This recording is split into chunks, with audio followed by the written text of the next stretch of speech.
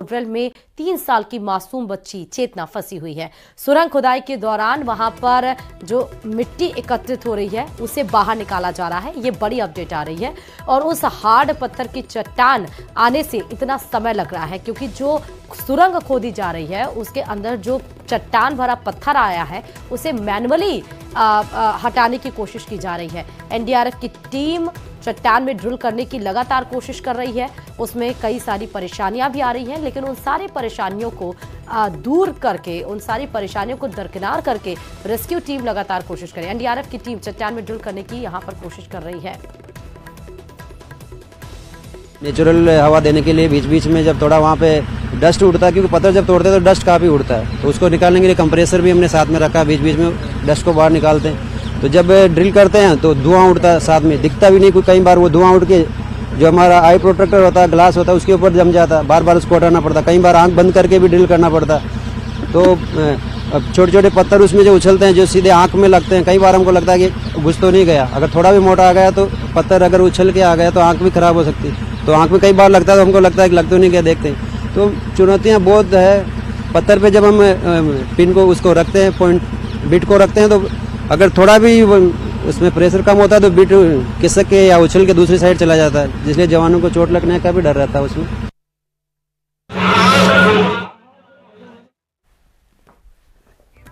ज्यादा जानकारी के साथ संवाददाता ग्राउंड जीरो से हीरालाल जुड़ चुके हैं। हीरालाल, अभी अपडेट क्या है? उस रेस्क्यू ऑपरेशन में क्या क्या दिक्कत आ रही है? कहां तक खुदाई कर ली गई है? सारी अपडेट्स बताइएगा हीरालाल। जी, मैं बताना चाहूंगा कि जो सुरंग बनाई जा रही है करीबन 4 फीट तक की सुरंग बना ली गई है। फिलहाल रेस्क्यू ऑपरेशन 152 घंटे से लगातार जारी है, लेकिन जो चुनौती है वो कहीं ना कहीं बाधक बन रही है। कभी बारिश बाधा बनती है, कभी जो निर्णय क्षमता है वो भी बाधक बनी थी। जो प्लान ए और प्लान बी में जो टाइम लगा प्लान बी को एग्जीक्यूट करने में, वो भी एक थोड़ा समय बढ़ाने में कहीं ना कहीं बाधा बना था। फिलहाल जो अब सबसे बड़ी बाधा आ रही है वो है चट्टान की।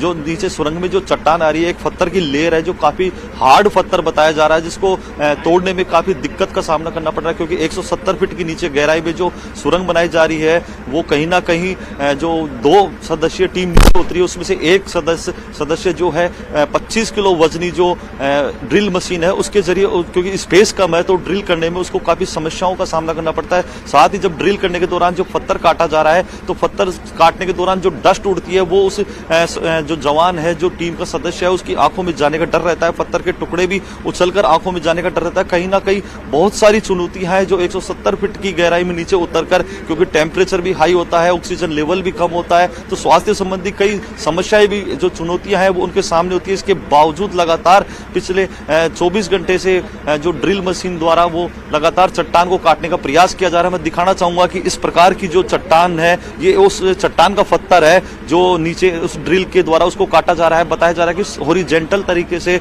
जो चट्टान है उसको लगातार जो एक लेयर में चट्टान है वो इस प्रकार की चट्टान है, क्योंकि हॉरिजॉन्टल जब चट्टान होती है तो वो पूरी एक लेयर में होती है, एक समानांतर होती है। तो कहा जा सकता है कि जो बोरवेल से और गड्ढे जो 170 फीट का जो गड्ढा खोदाया गया उसकी जो दूरी है 8 से 10 फीट की जो दूरी बताई जा रही है, जहां तक सुरंग खोदनी है, जहां बच्ची फंसी हुई है उस तक पहुंचने में जो ये चट्टान है वो कहीं ना कहीं बाधक बन रही है। लेकिन लगातार जो जवान है, वो जो सदस्य हैं, जो एनडीआरएफ की टीम के जो मेंबर हैं, वो लगातार उस रेस्क्यू ऑपरेशन को अंजाम देने में लगे हुए हैं। जो पत्थर की, जो हार्ड पत्थर की जो चट्टान है उसको काटने का प्रयास वो कर रहे हैं। कहीं ना कहीं जो बाधा सबसे बड़ी है इस समय ये चट्टान है, लेकिन उनकी कोशिश ये है इसको ड्रिल किया जाए। लेकिन संभावना यही है कि आज देर शाम तक इस चट्टान को काटकर बच्ची को बाहर निकाल लिया जाए। ये बात तो ठीक है, लेकिन हर दिन ये हीरालाल संभावना ये लगती है कि आज बच्ची को निकाल लिया जाएगा। अभी किन किन दिक्कतों का सामना आ रहा है? और जिस तरह से कई घंटे बीत चुके हैं, महज 4 फीट की अभी खुदाई ही की गई है, तो आपको लग रहा है कि आज वो रेस्क्यू पूरा कर लिया जाएगा? और कितनी फीट की खुदाई लगभग करनी है चेतना तक पहुंचने के लिए? देखिए, जब से रेस्क्यू ऑपरेशन शुरू हुआ, तमाम जो चुनौतियां हैं वो प्रशासन के सामने आई, चाहे वो पाइलिंग मशीन को लेकर देख लीजिए, चाहे वो जुगाड़ू जो टेक्निक है उसको देख लगता है कि भाई कहीं ना कहीं चुनौतियां कम नहीं थी। उसके बाद जब बारिश का दौर शुरू हुआ, क्योंकि रेड अलर्ट मौसम विभाग की तरफ से जारी किया गया था, तो कहीं ना कहीं मौसम भी बैरन बनी थी, जो बारिश थी वो उसने भी खलल डाला था। इसके बाद जब सुरंग को खोदने का कार्य शुरू किया गया, तो अब एक चट्टान है जो पत्थर, हार्ड पत्थर जो बताया जा रहा है, उसका एक ये टुकड़ा है। इस पत्थर को मैं बताना चाहूंगा कि ये पत्थर की जो उस चट्टान का पत्थर है, जिसकी वजह से है जो करीबन एक समानांतर लेयर में जो 8 फीट की जो सुरंग बनानी है, वो लगातार समानांतर वो चट्टान वहां है, तो उसको ड्रिल करने में काफी समस्याओं का सामना करना पड़ा, क्योंकि नीचे जब 170 फीट की जो गहराई है उसके नीचे जाकर वो जो स्पेस भी कम होता है। मेरे साथ इस समय जो एनडीआरएफ के जो कमांडेंट है, असिस्टेंट कमांडेंट है महावीर प्रसाद जी, उनसे बात करना चाहूंगा कि ये पत्थर दिखा रहे हैं कि जो चट्टान नीचे आ रही है। सर, कितनी जो चट्टान आ रही है, कितनी मोटी वो चट्टान है? सर, यहाँ पे पूरा चट्टान ही है, पूरा लाइमस्टोन है। जो देखो वो जो सबसे हार्ड वाला जो पत्थर होता है ना, जिसे सीमेंट वगैरह बनाते, ये वही पत्थर है देखो। और इसको काट के ये जो आपको डस्ट दिखा, ये पूरा इसका काट के और निकालना पड़ रहा है। मतलब मिट्टी का कोई नाम नहीं, आप हाथ लगा के देख सकते हो, पूरा पत्थर है। तो इस पत्थर को काटना पड़ता है। पत्थर क्या है, अगर ऊपर से हम ड्रिलिंग करते हैं तो उसमें क्या है, टूट जाता है, लेकिन ये और जिस तरफ साइड से करते हैं तो पत्थर अपना पूरा स्ट्रेंथ उसमें रखता है, इसलिए इसको काटना बहुत। सर, जब पत्थर को ड्रिल करने की कोशिश की जा रही है, तो आपको स्वास्थ्य संबंधी परेशानी भी आ रही होगी, कोई खतरा भी हो सकता है, शरीर को नुकसान भी पहुंच सकता है। हाँ, बहुत सारी चीज़ें, संभावनाएं तो हर चीज़ की रहती है, परिस्थिति हर समय चेंज होती रहती है। अभी जैसे ड्रिल कर रहा है तो उसमें क्या है, डस्ट उड़ रहा है। अब अंदर टनल में चला गया, वहाँ स्पेस कम हो गया, हवा भी कम है, वहाँ पे क्लाइमेट अलग प्रकार का है। जो अंदर काम कर रहा है उसको गर्मी लग रही है, जो बाहर हेल्पर है उसको ठंडी लग रही है, जो कंप्रेसर लगा रखा है उसकी वजह से बार बार क्लाइमेट की भी प्रॉब्लम आ रही है। डस्ट उड़ती है तो पूरी आंखें बंद हो जाती है। आई प्रोडक्ट पे पूरा आपने देखा ही होगा, पूरा मिट्टी से ढक जाता है, दिखाई नहीं देता कई बार अंदाज से। अब जैसे जैसे आगे जा रहे हैं, वहाँ पे जो उपकरण है उनका वेट भी है, आदमी सिंगल हो गया वहाँ काम करने के लिए, तो अगर थोड़ा सा भी वजन या चूक हो जाती है तो वो जख्मी भी हो सकता है अंदर। तो उन सारी चीज़ों का, लेकिन जवान हौसलों के साथ काम कर रहे हैं, आप लोगों की दुआएं और आप लोगों का सहयोग है। अभी कितने फीट खुदाई हो चुकी है और कितने फीट सुरंग को खोदना बाकी है? सर, एग्जैक्ट वो तो हम नहीं बता पाएंगे अभी, क्योंकि वो तो जब लास्ट अभी बंदा जो खुदाई कर रहा है वो बाहर आने का नाप तोल होगा तभी बता सकते हैं, लेकिन फिर भी 4 फीट के आसपास, 3.5 से ऊपर हम बता सकते हैं अंदाज, वो भी एग्जैक्ट नहीं बता पाएंगे अभी। तो जो टनल खोदा जा रहा है, जो सुरंग बनाई जा रही है, कितने फीट है जो चौड़ी सुरंग है जिसमें आप बैठकर आसानी से काम को अंजाम दे सकें? सर देखो, ये चीज़ें बाहर हम बात करना आसान होता है, लेकिन क्या है, जैसे पहले हम सोच रहे थे कि 2 फीट का डाया लेके चलेंगे, तो जब हार्ड पत्थर होने के बाद में हमने उसको डाया, जब मैं शुरू में गया था तो मैंने देखा कि हम इसका डाया बढ़ा सकते हैं, तो फिर उसको हमने डबल किया बाहर से। अब धीरे धीरे डाया अंदर कम है, तो जाने के लिए स्पेस या काम करने के लिए स्पेस एक आदमी कर पा रहा है। 2 आदमी काम कर रहे थे पहले, एक साथ काम कर रहे थे, अब सिंगल आदमी काम कर रहा है, दूसरा हेल्प कर रहा है। अब जैसे सुरंग थोड़ा आगे बढ़ गया तो 2 बंदे अंदर रहेंगे, एक दूसरे की हेल्पर और उसका एक काम करने वाला, एक बंदा बाहर रहेगा जो उनका दूसरा कोई कम्युनिकेशन या कोई इक्विपमेंट की जरूरत पड़ रही है तो वो उनके लिए एक।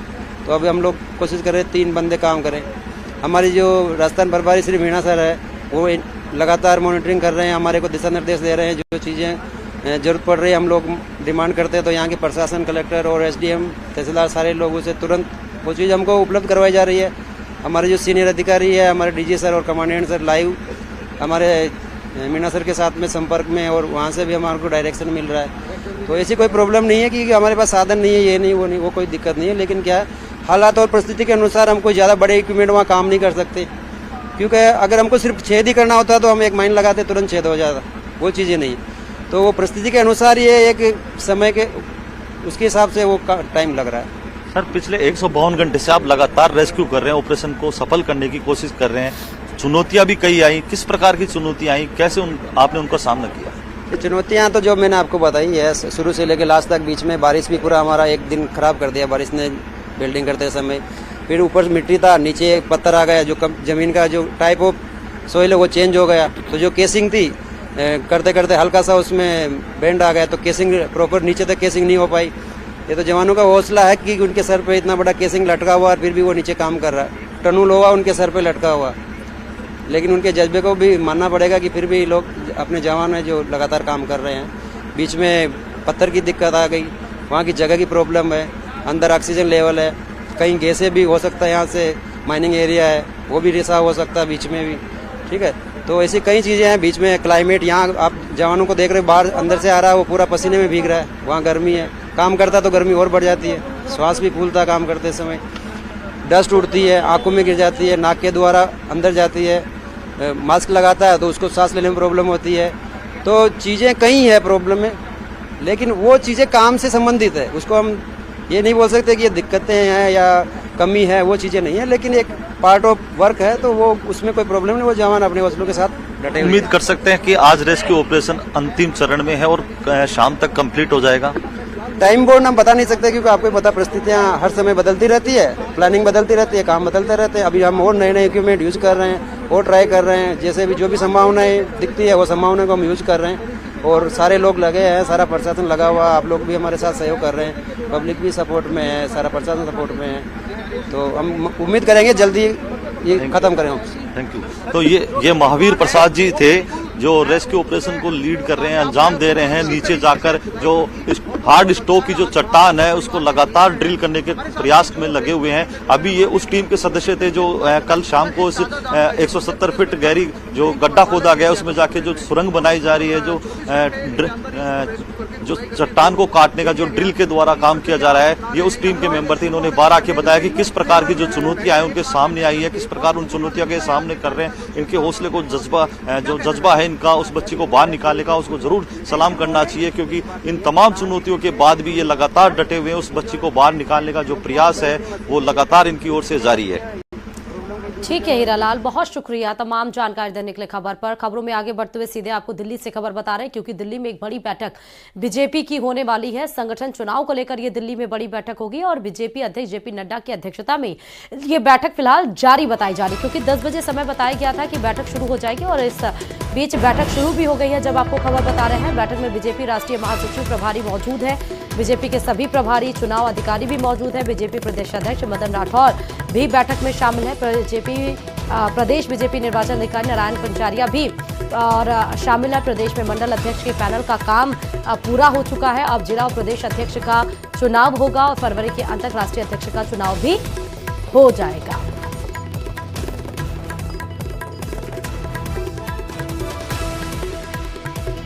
ज्यादा जानकारी के साथ संवाददाता विनीत इस खबर पर जुड़ चुके हैं। विनीत, अभी जब बैठक होने वाली थी तब इस खबर पर अपडेट दे रहे थे, लेकिन अब तो बैठक शुरू भी हो चुकी है, क्या कुछ जानकारी? जी, निश्चित तौर पर मैं आपको बताना चाहूंगा कि अब बैठक जो है वो थोड़ी देर बाद बैठक शुरू होगी, जिसमें बीजेपी के राष्ट्रीय अध्यक्ष जेपी नड्डा भी मौजूद रहेंगे।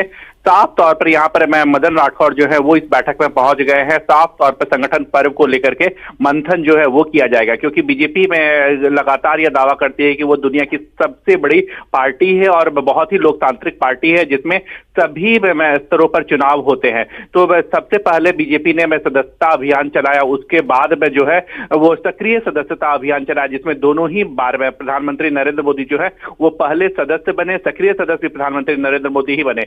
उसके बाद जो है बीजेपी जो है वो अब मंडल स्तर पर, जिले स्तर पर, राज्य स्तर पर और फिर अंतिम में राष्ट्रीय स्तर पर अध्यक्ष पद का चुनाव होगा। और इसी को लेकर के कवायद जो है वो यहाँ पर चल रही कि आखिरकार किन में राज्यों में कितनी प्रगति की, कितने में जिले स्तर पर चुनाव हुए हैं या फिर मंडल स्तर पर चुनाव हुए हैं या फिर मंडल अध्यक्षों की नियुक्ति जो है वो कितनी कर ली गई है, इसको लेकर के यहाँ पर समीक्षा बैठक जो है वो यहाँ पर की जाएगी। अगर हम राजस्थान की बात करें तो राजस्थान से जो प्रदेश अध्यक्ष हैं बीजेपी के मदन राठौर, वो इस बैठक में शामिल हो रहे हैं। साथ ही साथ जो संगठन महामंत्री हैं वो भी इस बैठक में आए हुए हैं। तो साफ तौर पर राजस्थान की रिपोर्ट जो है वो दी जाएगी कि आखिरकार राजस्थान में किस मुद्दे पर या फिर राजस्थान में जो संगठन पर्व चल रहा है उसमें पार्टी ने कितनी प्रगति की, इसको लेकर के यहाँ पर जो है वो रिपोर्ट देंगे। साथ ही साथ में आगे की कार्रवाई को लेकर के भी यहाँ पर चर्चा की जाएगी कि आखिरकार प्रदेश अध्यक्षों के जिस तरह से चुनाव होने हैं। हालांकि मैं राजस्थान की बात करें तो इसकी संभावना बहुत कम है कि प्रदेश अध्यक्ष जो है वो बदले जाएंगे, लेकिन मैं अन्य राज्यों में जहां पर प्रदेश अध्यक्षों को कई ऐसे राज्य हैं, चाहे यूपी की बात करें या फिर कई ऐसे राज्य हैं जहां पर प्रदेश अध्यक्षों को जो है वो बदलना है, उनका कार्यकाल जो है वो पूरा हो गया है। तो इसको लेकर के क्या प्रगति हुई, इसकी समीक्षा जो है वो यहाँ पर की जाएगी और इस बैठक की अध्यक्षता जो है बीजेपी राष्ट्रीय अध्यक्ष जेपी नड्डा करेंगे। जी, बैठक में कौन कौन अब पहुंच चुका है विनीत? बैठक में अगर बात करें तो सभी राज्यों के जो प्रदेश अध्यक्ष है वो इस बैठक में पहुंच गए हैं। इसके साथ ही साथ अगर हम बात करें सभी राज्यों के संगठन महामंत्री जो है वो यहाँ पर पहुंच गए हैं। साथ ही साथ जिस तरह से संगठन महापर्व का प्रभारी के लक्ष्मण को बनाया गया है वो इस बैठक में आ गए हैं। संबित पात्रा भी इस कार्यक्रम से जुड़े हुए हैं, वो भी इस बैठक में आ गए हैं। तो लगभग सभी लोग जो है वो इस बैठक में आ गए हैं और अब से थोड़ी ही देर में यह बैठक जो है वो शुरू हो जाएगी। बीजेपी राष्ट्रीय अध्यक्ष जेपी नड्डा के नेतृत्व में यह बैठक जो है वो शुरू हो जाएगी। बीजेपी इस बैठक को जो है वो काफी महत्वपूर्ण मानती है इस लिहाज से भी, क्योंकि अगर हम बात करें जिस तरह से बीजेपी लोकतंत्र की बात करती है, लोकतांत्रिक पार्टी होने की बात करती है, और पिछले दिनों हमने देखा कि जिस तरह से संविधान को लेकर के विपक्षी पार्टियों ने बीजेपी पर आरोप लगाए थे, तो बीजेपी लगातार यह कहती है कि उनके यहाँ पूरी तरह से एक व्यवस्था है जिसमें जिलाध्यक्ष से लेकर के राष्ट्रीय अध्यक्ष तक का चुनाव होता है और इसी प्रक्रिया को वो यहाँ पर पालन कर रहे हैं। तो इस मायने में भी काफी बैठक जो है वो महत्वपूर्ण हो जाती है। बीजेपी राष्ट्रीय अध्यक्ष ठीक है विनीत, बहुत शुक्रिया तमाम अपडेट्स देने के लिए।